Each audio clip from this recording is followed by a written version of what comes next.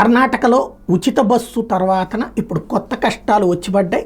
దాంతో బస్సులు కొత్తవి కొనలేకపోతున్నారు. అట్లాగే జీతాలు 2020 సంవత్సరంలో ఉన్నటువంటి జీతాలు ఇప్పటికే ఉన్నాయి. ఆ జీతాలు పెంచలేకపోతున్నారు. అట్లాగే కార్పొరేషన్కి సంబంధించి తీవ్ర సంక్షోభంలో పడి ఉన్నది. తాజాగా ఇప్పుడు ఈ సమస్యల పరిష్కారానికి 20% టిక్కెట్ల రేట్లు పెంచాలని నిర్ణయించుకున్నారట.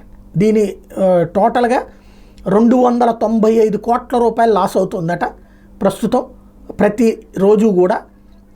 KSRTC set it reported a significant loss of 295 crore due to the Shakti scheme which provides free bus travel for women in Karnataka. ఇది నెలక ఏడాదిగా చెప్పలేదు, రోజుగా చెప్పలేదు. 295 కోట్ల రూపాయలు అయితే నష్టం వాటిల్తుంది శక్తి స్కీమ్ కింద.